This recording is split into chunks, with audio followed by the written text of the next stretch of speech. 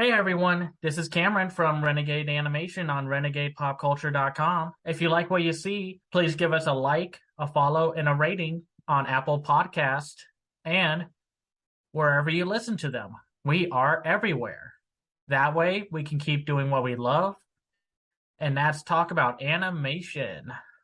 And now, on with the show. What's going on, guys? Welcome to another episode of Renegade Animation on the Renegade Pop Culture Podcast Network.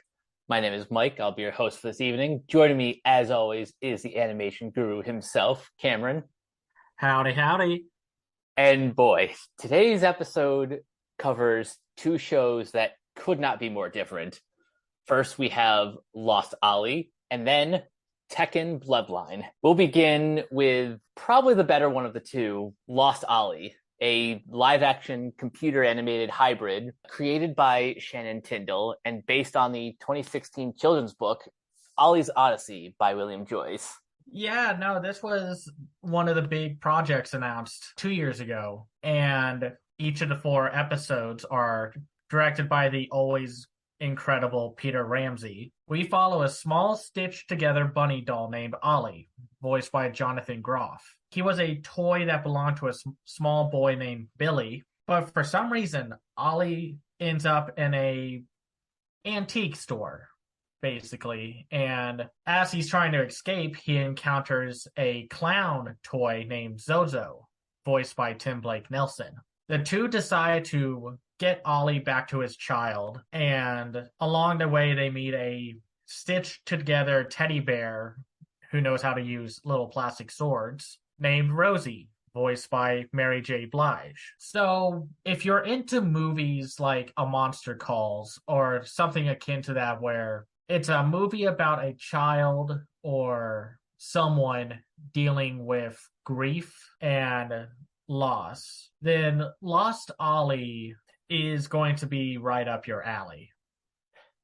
I definitely got some Don Bluth vibes from the story too, particularly An American Tail. You're right on the money in terms of comparing this to A Monster's Call.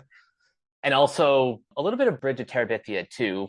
A lot of these like fantasy adjacent films that also deal with a real life tragedy. It was a very bittersweet. If you're curious why we're tackling this, since we don't normally do live action animation hybrids, this one mostly focuses on the dolls. Balanced pretty well with the humans and the dolls, but it's mostly a animated series or limited series in this case. They do find ways to intertwine the live action and the animation together at different points. But like I said, it still focuses mostly on the toys. It's a first for the most part. Usually when you get these sort of like live action animated hybrids, it's like the movie or show will have like the animated character in the title, but it's mostly about the live action family usually. But this time it's really focused on the journey that Ollie, Rosie, and Zozo take. And the animation looks really, really stellar. ILM did a great job bringing these characters to life.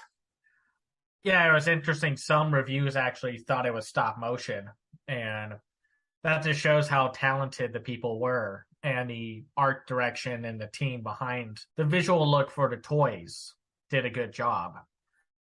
They look like they actually belong in that world, which is something that the Tom and Jerry film from last year very much fell flat on. Like, they looked like Tom and Jerry. All the animals looked like they were from Tom and Jerry, but they never quite fit in with the humans. And they never felt like they actually existed on the same plane at all times. Whereas here, it's so seamless that maybe only once in a while you'll be able to tell, okay, yeah, that's definitely not supposed to be there. I'm going to take a guess and say that they actually had real versions of these toys on like location. So they actually had a reference point of how everything will look, how everything moves, where the lighting works and such. I think one of the few times where they kind of break that rule, and it's not on the team that was animating this or anything, was during the hospital sequence where they're running down a very busy hallway.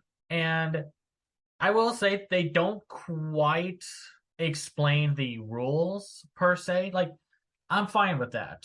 But like sometimes they'll have the toys running around through like people and such, like I said, the hospital scene. And the humans don't seem to notice that there are three toys running around. That might be the only time that I would ever question the rules of this world, but usually that's not really a concern of mine. I'm more invested like emotionally in their journey. Right, right. No, it was never like to a point where I was just like, oh, I can't invest in this at all. And I think that's why it helps that the toys get most of the spotlight, so you don't have to worry about that.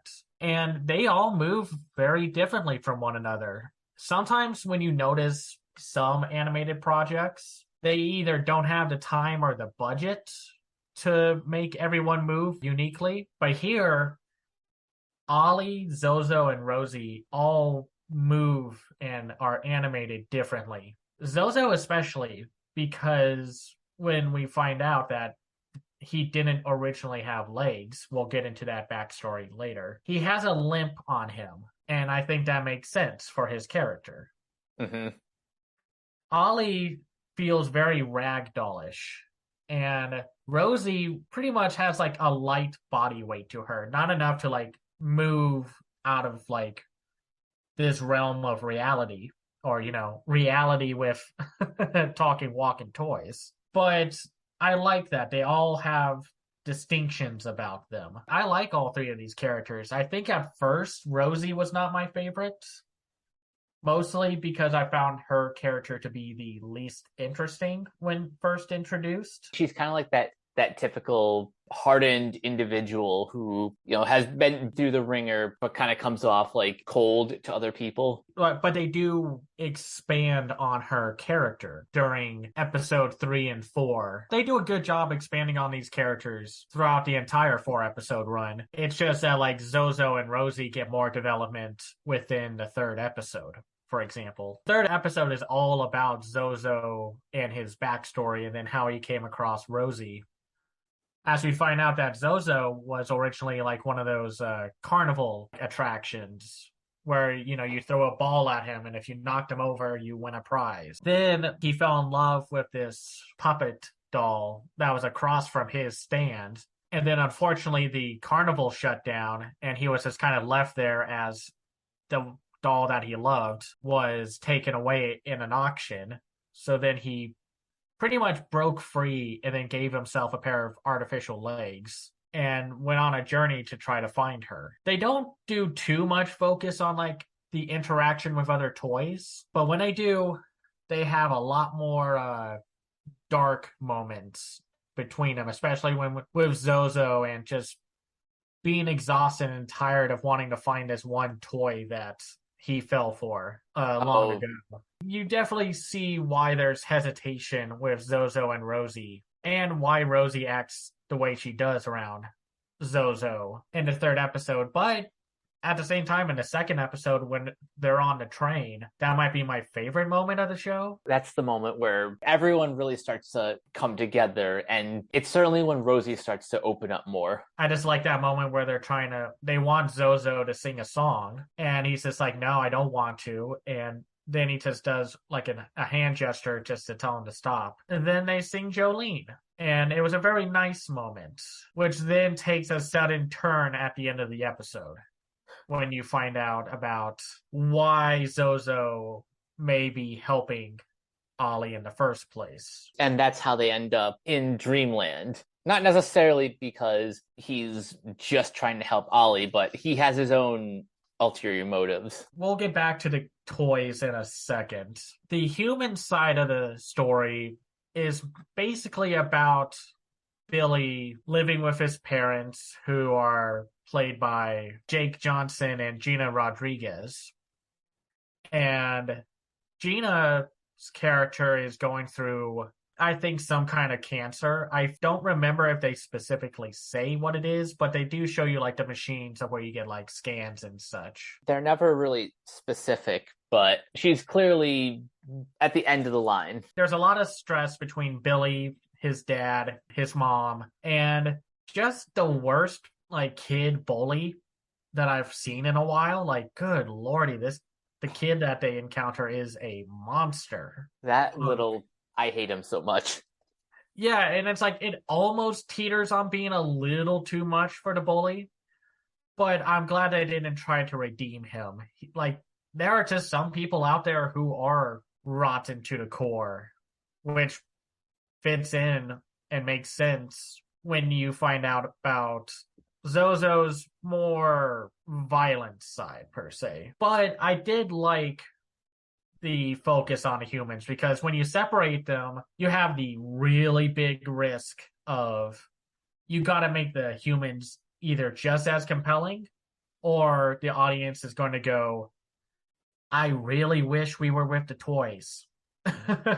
Fortunately, they do a really good job of balancing between the two. And we'll get into some of the twists in a second, but it is kind of interesting how this series plays with time, as like Ollie's story isn't necessarily happening at the same time as Billy's. They're kind of on two different journeys. So you find out by the end of the 4 episodes that the stuff that's happening with Billy is happening in the past, and the stuff that's happening with Ollie is happening in the present. So 20 years later, after Billy's mom passes away. And the reason why Zozo wants Ollie is because Ollie has a bell inside him that may or may not be connected to the puppet that Zozo fell in love with back at the carnival. And it turns out that, yes, the same young girl who took the puppet, Gina's character. And unfortunately for the doll, it broke down. I'm not shocked about that. That doll, those kind of antiques, you have to be very careful with. You can't just play with it. There's no toy version of a Twinkie where it lasts forever. If that makes sense. Right.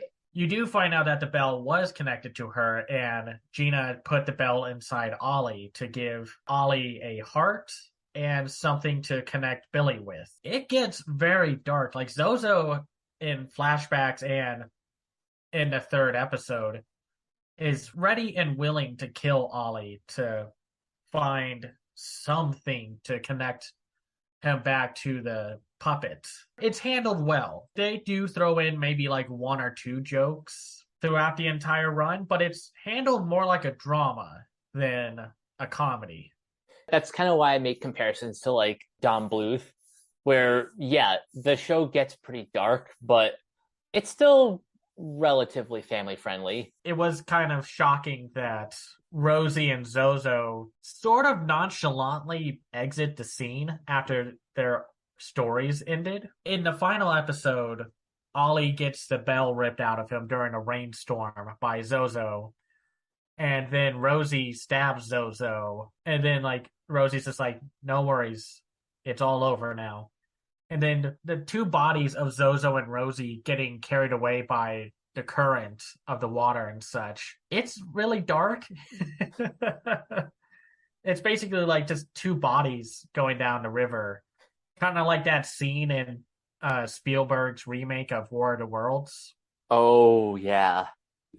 It's like that, even though they're toys, but they still lived and breathed and were actual characters. Then you find out that, like, way back in episode 1, the little girl that was in the antique shop ends up getting Ollie by the end of the 4th episode. Which was honestly a fantastic reveal. Yeah, and you find out that the girl's dad is Billy. They do find a way to make all this emotional payoffs work. There were moments where I almost cried, and there were moments where I was like extremely hooked in what was going on. Let me ask you this. What did you think about the Southern accents? It worked for the most part. Obviously, the one with the best Southern accent was Tim Blake Nelson. That's just his natural tongue. But for everyone else, I thought they did okay. I think just performance wise, this might be one of Jake Johnson's better roles. You don't really see him playing a father figure too often. No, he plays a very like damaged soul, which is rare for him because he's mostly the smart aleck comedic character like we've seen in Hoops, New Girl, or Into the Spider-Verse. I think the accents are handled well. I think there are maybe one or two points where it's like, oh, now it's becoming a parody of the accent. Like sometimes when you see actors on SNL do a really good impression, but then as time goes on, the impression becomes a parody of the impression.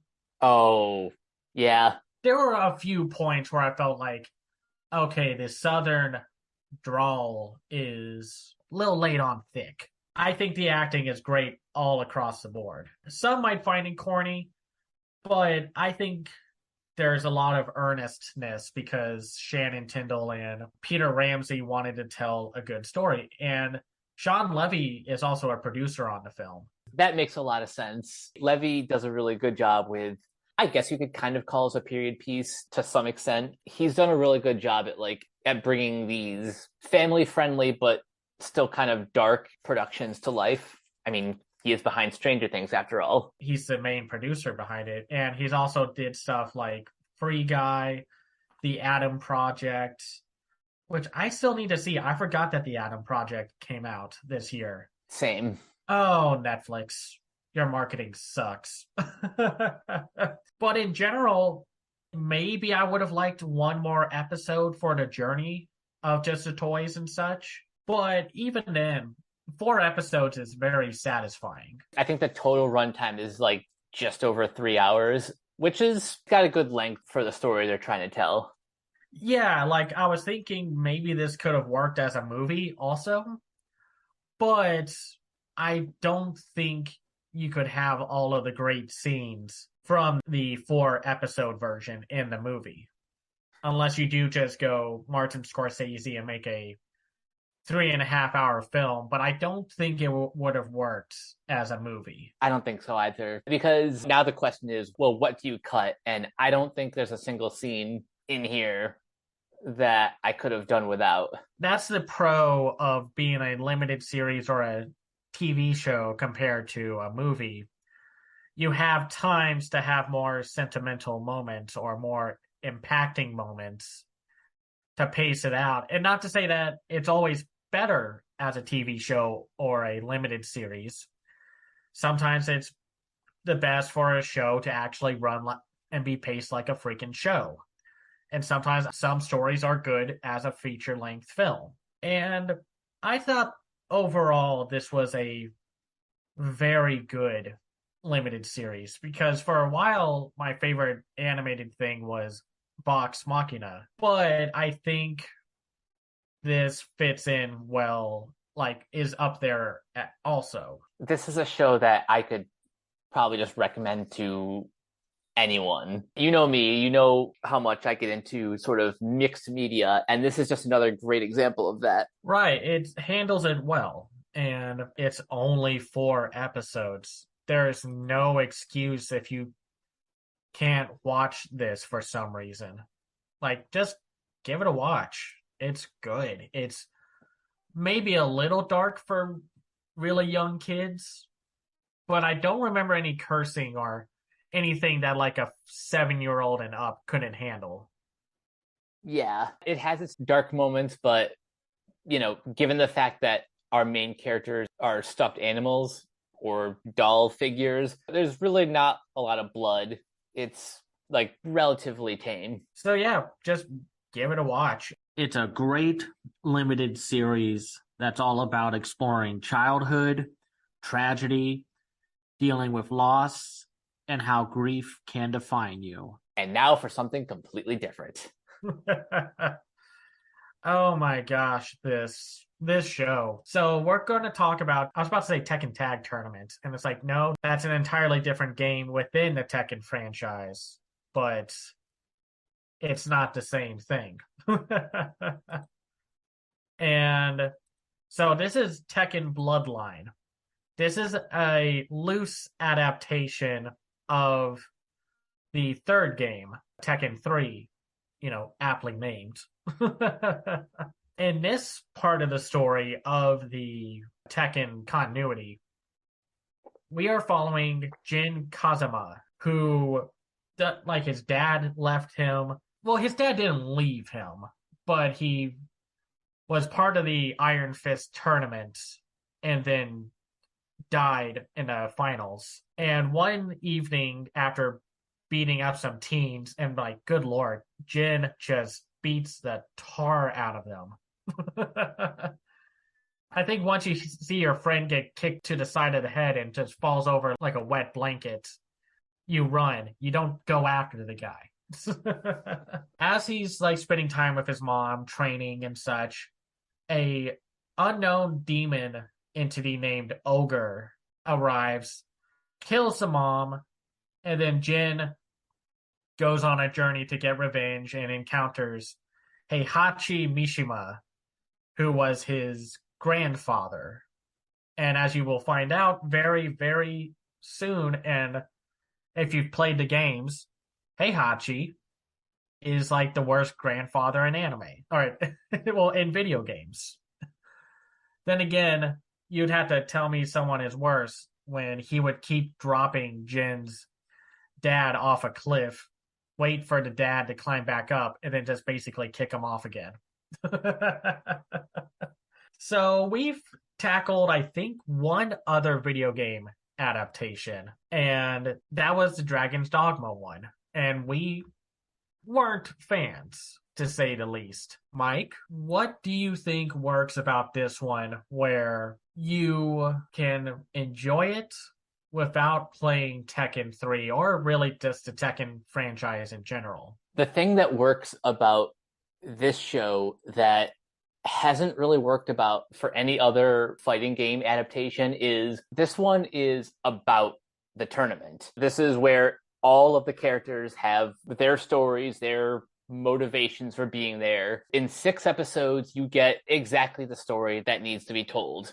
In this case, it's Jin Kazama getting revenge for the death of his mother at the hands of Ogre, and winning the Iron Fists tournament. I think another thing where this show succeeds, well, one, it's a show. We just talked about how you can expand on everything in a show format. 2, they don't really drown you in characters. They have a set number of characters you're going to follow, and they each have their own like level of story importance. And I think that works out so well because Tekken is like one of those long running franchises and they have so many characters. It would have been way too much. And I think that makes sense that they would focus on the main character of the third game, because the main character of the first 2 games was Kazuya Mishima, Jin's father. And they don't fall into too many of the pit traps of like shonen battle shows. Like they try to do the whole thing with Jin and Warang, and they do a little bit of that. Like it's like, yeah, we're rivals and then we're best friends, but they tend to stay away from most of it. Like most of those tropes. Now they do have other characters that they show, but they're mostly there for set dressing. They don't try to focus on them too much. They even cut through like a majority of the fights within the Iron Fist tournament, which is good. Focus on Jin. That's the entire point of this show. Exactly. If they stretch this out to like 12 or 13 episodes, we'd be getting so much more of the tournament. And usually like battle tournament arcs are about that length. And depending on where they fall in a particular anime, they're usually paced well enough. But since this is designed as a miniseries with a cliffhanger that we'll get to in a second, this keeps the focus pretty tight on our main character. Since this is Tekken, they do leave a few moments of camp leak in. Like Heihachi Mishima, who's played by Hiroshi Watanabe, is so slimy. He is so fun. And just how evil he is. It's like, you cannot have emotions. You cannot show kindness. You must defeat Ogre. It's a lot of fun to see him be this comically evil. But then again, you look at Heihachi and it's like, He is basically wearing an I am evil neon sign over his head throughout the whole thing. it's very funny that like Jin is all shocked that like Heihachi released Ogre and such. And it's just like, no, how is this possible? And it's like, have you seen what your grandpa looks like? He is billboard wide, intensely muscular, and is willing to let you basically stay on the line of death to train you. It's not that big of a shock. It's just very funny to me when they do that kind of thing. And you look at the design, and it's like, how did you not know? Speaking of Tekken Camp, some of the other characters are their own brand of ridiculous. Paul Phoenix and his 5 foot tall hairdo. Yep. Oh gosh, yeah. I'm not entirely sure who he's supposed to be like the equivalent to either like Guile maybe from Street Fighter, Seems likely. but it is very amusing to see that hairstyle. And then of course, one of my favorite characters and one that I played a lot of when I played Tekken, King, his Jaguar mask, like it's a mask. You know it's a mask, but the eyes move like it's actually part of his head. I just think that's very amusing. And or like the sequence before Ling, Zhao Yu, and Nina Williams fight. Ling is like, "Oh yeah, no worries, I got this," and Jin is like, "Ling, she's a hired assassin. This is what she does for a living." And Ling is just like, "Yeah, no worries, I got this." And then Jin's like, "I don't think you do. She is a trained killer. Be careful." I just thought that was very funny, just how like you're not understanding how big of a threat she is. The other characters who do like partake in the battles don't have much to them, but they have enough character to leave an impression. Though I am a little disappointed that Yoshimitsu and the grizzly bear were not in the show more. Those are fun characters that I would have liked to see more of. Well, which is funny because Yoshimitsu is like the one character that connects Soul Calibur and Tekken because he appears in both games. Oh yeah, that's right. They even just say like, "Oh yeah, here's some other characters." Okay, they lost their match. Doesn't matter. Now, since this is an action anime, you have to hope that the action is on point. And boy, howdy, is it on point. Someone at Studio Hibari and Lark's Entertainment understood the assignment. Or maybe it's the director, Yoshikazu Miao, who understood it perfectly. And it helps that Katsuhiro Harada, the creator of the franchise, was an executive producer. So I'm sure he was just like, hey, if we're going to do this again, we're going to go by my rules. But I think it's also just they had people that cared. They had a really good creative behind this. Because Tekken has actually been adapted before into an anime film. Let's just say there's not a lot of kind words for it. And they also made some live action films. This is definitely the cream of the crop of Tekken adaptation. They made 4 movies. That's nuts to me. And 3 of them are like live action. Well, one of them is a CGI computer animated film, and 2 of them are live action. One of them's 2D animated. And if you know anything about the anime scene of Tekken, the motion picture, the animated film, is infamous for its dub. But someone who was ever in charge of the fighting sequences not only replicated the action, but made it look thrilling. I love the way they, during all the impact scenes, they changed the color to like this like really dynamic black and white. Anytime like a character gets like punched or kicked or anything like that, it makes each hit like you feel the impact of each of these fights. Right. And they stay very closely to like the visual effects and the after effects of like the action sequences, like when everyone gets struck or they do like a super move and such. It's handled well. And then I looked up to see why that is. And Lark's Entertainment was the same studio that did Kengan Ashura, which to me is like the better version of Baki because, well, one, it also has Kaye Tang playing the main character, so that's a fun little connection between the two. But it's also because if you watch Kengan Ashura, it's all in CGI. And the action is dynamic, it's fast, because I've seen really bad fighting game adaptations that were in animation. And a lot of the times they do one thing. One, they don't stay even close to the action, or they try to replicate it, and then they just either didn't have the time or the talent to make it look good. Go look up the Art of Fighting anime adaptation and just how boring the action is there. Or you find out one that actually adapts the combat well. Yeah, it's some of the most satisfying action animation you'll find this year. It makes me happy to see like how well handled this adaptation turned out. Well, it also explains why I've been waiting for a third season of Kengan Ashura, because they were working on the Tekken adaptation. Yeah, that makes sense. Yeah. And now with the ending.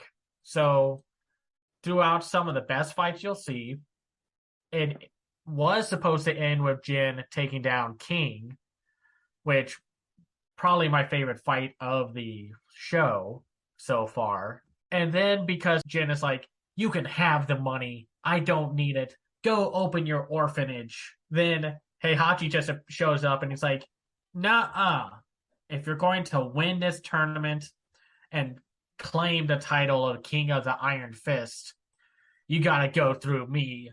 Even to the point where the announcer's like,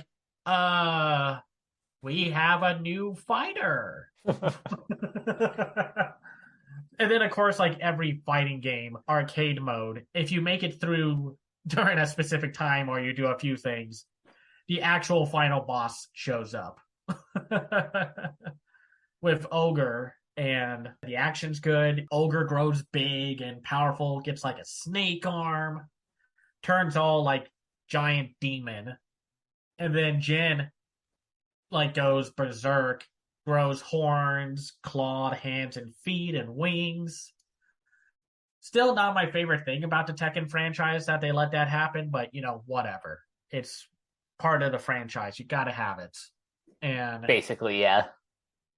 And then Jin just like, here's the medallion, I'm going to leave. And he just leaves. The ending, it's cut off, or it's like, it feels like there's supposed to be something more. And I'm wondering if there's like actual like 6 more episodes or something.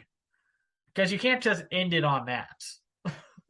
I'm hoping there's a second batch, not just because I really liked these episodes, because I did, but it's like, that's so unsatisfying. Like, you were doing so well, and then, like a game of Guitar Hero, you missed the last note. So, yeah, it's like any rhythm game. And they like hit you with like a last surprise bit, and then you just want to like break your controller or your phone. The voice cast is really good. Like, I watched a bit of the Japanese cast and the English dub. So yeah, we have Kaye Tang, we have Vivian Liu, we have Hiroshi Watanabe, we have Eliot, who plays Kazuya Mishima. We have Ling Xiao, who's voiced by Faye Mata. Paul Phoenix is voiced by Jameson Price. Julia Chang, played by Jeannie Torado. Nina Williams is voiced by Erica Harlasher. Gonryu is voiced by Earl Balin. Leroy Smith is voiced by Chris Calico. And King is voiced by Leandro Cano. Ogre is voiced by Bill Butts. Then Jameson Price is Dr. Bosknovich. and Miss Mira is voiced by Judy Alice Lee. That is a damn good cast. Yeah, yeah, yeah. And I was so surprised because I was ready to be disappointed because like action anime based off of fighting games tend to fall through the cracks and are usually pretty terrible. But with here, it's handled well. Like this is probably one of the best adaptations you can ask for. I think the only thing that comes even remotely close to Tekken Bloodline are the Mortal Kombat direct-to-video movies that Warner Animation has been putting out. Yeah, if they had better stories, I would. Well, it's funny. All three of these movies that we're comparing all suffer from the same kind of story situation. But at least it's better than the live action films, especially the last one where there's no Mortal Kombat tournaments. You had one job. Even though I still liked it, it's still just like there's supposed to be a tournament. What happened? It's like watching an Iron Chef episode and nobody cooks. There's supposed to be an Iron Chef. But yeah, I was pleasantly surprised. Yeah, outside of the ending, Tekken Bloodlines is great. If you like action and you're a fan of the Tekken franchise, definitely give this a watch. Yeah, just a real gem of this year. And I hope there are more episodes because you can't end on that. Again, you cannot end like that. Now, for recommendations, we're going to go like on the other side of the animation spectrum. There are new Cuphead episodes, and they are a lot of fun so far. I haven't gone through all of them, but they are very charming. My favorite episode so far is probably the one where they have to encounter Baroness von Bonbon. It's really fun, and it uses a lot of those fun, quirky, old-timey Fleischer era cartoon techniques, especially with the whole physical background, like during that episode where they're in the graveyard. They do that again, and it's a delightful look, and I just recommend it. They are so fun, and it's also another good video game adaptation. So my recommendation is fitting. I've only seen like one clip of the Baroness von Bonbon episode, and that looks like a lot of fun. I'm looking forward to checking out the whole. I'm not going to call it a second season. I'm just going to call it the next batch. It's part 2. There's no reason to say it's a season 2 because Netflix wants to avoid paying more money. Netflix gonna Netflix. Well, the entire animation industry is going to do that. Which is frustrating. Yeah, new deal for animation now. Now and forever. So my recommendation, for those who don't know, the first 5 episodes of Hamster and Gretel are on Disney Plus.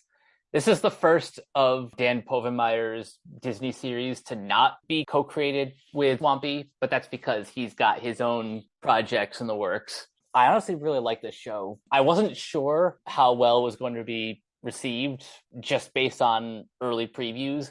I mean, they looked fine, but there is definitely noticeable differences in the quality of animation between like this and Phineas and Ferb. But like after that first episode, things really kind of click into place. Episodes 3 and 4 are where the show really finds its footing. I haven't seen the episodes yet, but do the alien powers actually come in as fast as that preview clip showed? Yes. Yes. Because that was my favorite part where it's just the aliens show up like, congratulations, you have powers now. Bye.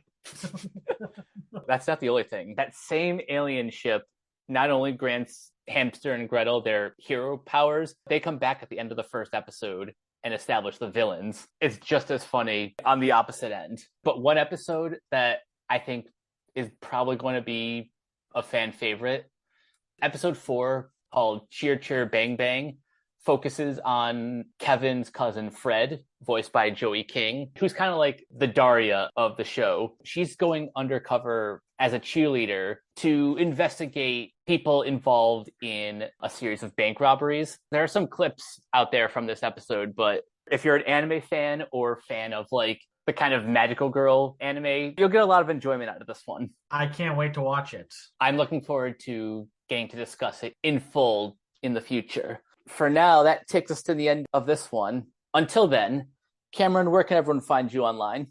You can find me on Twitter at CamsEyeView. I have a website called camseyeview.biz where I review animated films and shows from around the world called The Other Side of Animation. I also have a Patreon at patreon.com/camseyeview. That's where you can find me.